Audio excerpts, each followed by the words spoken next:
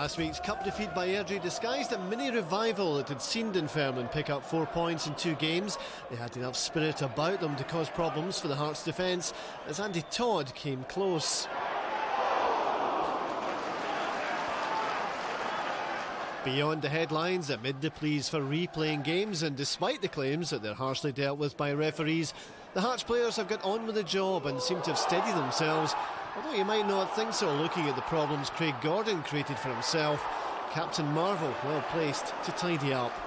However well Hearts seem to be doing, Graham Rex is still working on bringing in new faces in an effort to increase his options. Neil McCann, top of the list of course, and if the winger can return to his former club and supply crosses of this quality, the goals for column will surely benefit. Rudy Scatchell, twice denied. Nothing wrong with the technique, the defending good enough to keep him out. But Hearts wouldn't be kept out for long, and while they'd struggle to pick up marks for artistic impression, the touch from Stephen Pressley, all important. Pressley might not be as dangerous as the Hearts strikers, but there's no denying his ability to pitch in with vital goals at vital times. There's so much more to his game, of course. His reputation as a defender is widely recognised. His skills as a winger, he keeps better hidden. Not anymore. From his cross, Andy Webster might have made it too.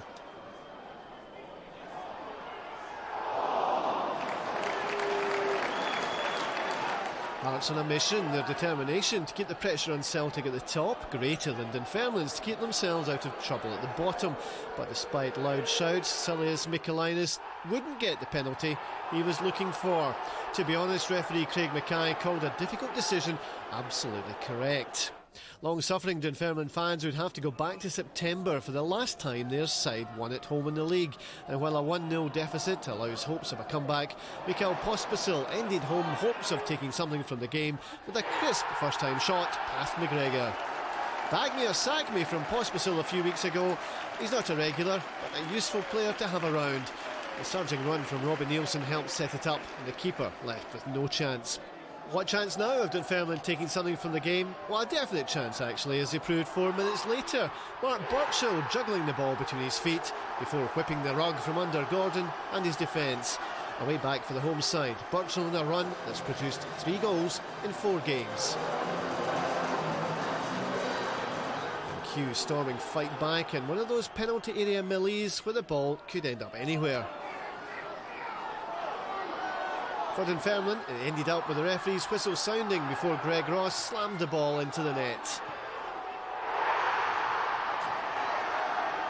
Disappointment for Dunfermline, a let-off for Hearts, but there was to be no let-off for the home side when Pospisil floated a header over McGregor to restore a 2-goal lead for the Edinburgh side. They'll be wanting to start every week after this. It was a well-placed goal and one that cemented Hearts' position in the game and in the league. Winners now on the day and the chance to introduce their new signing Nerijus Barasa to the wonders of Scottish football. The Lithuanian, I'm sure, will know he's part of something big happening at Hearts, and if he can play a part, who knows where it will lead. They're still in there at the sharp end, and with Julian Brelli in top form, Hearts were soon on the trail of a 4th goal. It came, perhaps inevitably, from Rudy Scatchell.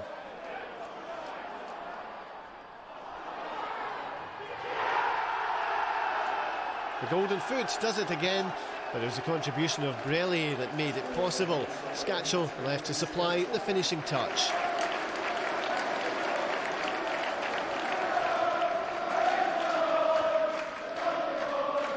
Party time now for the Hearts fans, who are cheering every pass, every feint and every flick.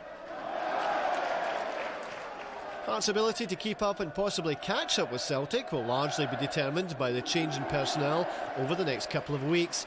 Their owner, Vladimir Romanov, seems determined to outdo Celtic in the paranoia and conspiracy stakes.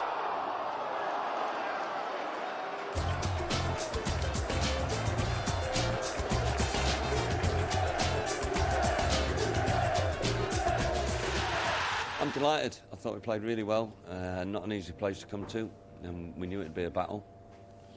But I thought, especially second half, we played some great stuff, and we're worthy winners. Archie has left the building. Graham Spears is here in his place. Graham, I spoke to Graham Ricks after the Hearts game last weekend against Kilmarnock in the Cup. The mobile never stopped ringing. He had agents on the phone offering him players, but I don't think anybody expected at that stage the name of Neil McCann to come up. I think he should probably be quite a decent signing. He's, 30, 31? Quite a good pedigree. I think it probably indicates that Ricks is not overly trusting of his Lithuanian wide men. I don't know if McCann will get a regular game for Hearts. But I mean, I'm delighted that there are green shoots of recovery under Graham Ricks. They could have won on New Year's Day against Celtic. They played well yesterday. That was quite a convincing win. I remember seeing him in the Ibrox press room 2 months ago when they played very poorly against Rangers, and Ricks to me looked like a condemned man. He really looked finished. I didn't think he was going to recover, given all the bad publicity and the poor performances of the team. But the team have definitely picked up. And I think if these January signings can gel for him, he's got a good chance of taking Hearts on a good run. And a good win for them at the weekend. Yeah, excellent win to score 4 goals away from home. I think it's thoroughly convincing.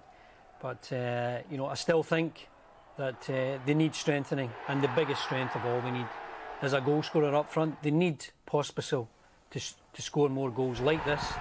And if they can find someone, if they can get the service to him, and guys like him, Callum Elliott as well, then they might just have a chance. Well, you mentioned Callum Elliott. Jankowskis, of course, is to come back. Yeah. And Neil McCann's been known to score a few goals in his time.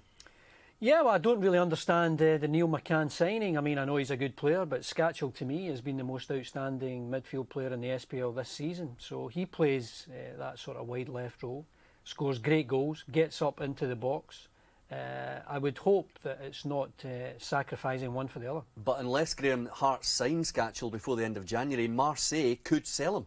Well, the thing is, Scatchell is clearly enjoying himself because he wasn't getting off stage at Marseille. We know the talent he's got. It's a story that's written 100 times of talented young players who can't get a game. And I can see why Scatchell is very much enjoying the Hearts experience, and I hope they do get him. With Jankowskis, Andy's quite right. Jankowskis for 10 years has been known to be a fine player, but he's not a goal scorer. He's never been a poacher. So they need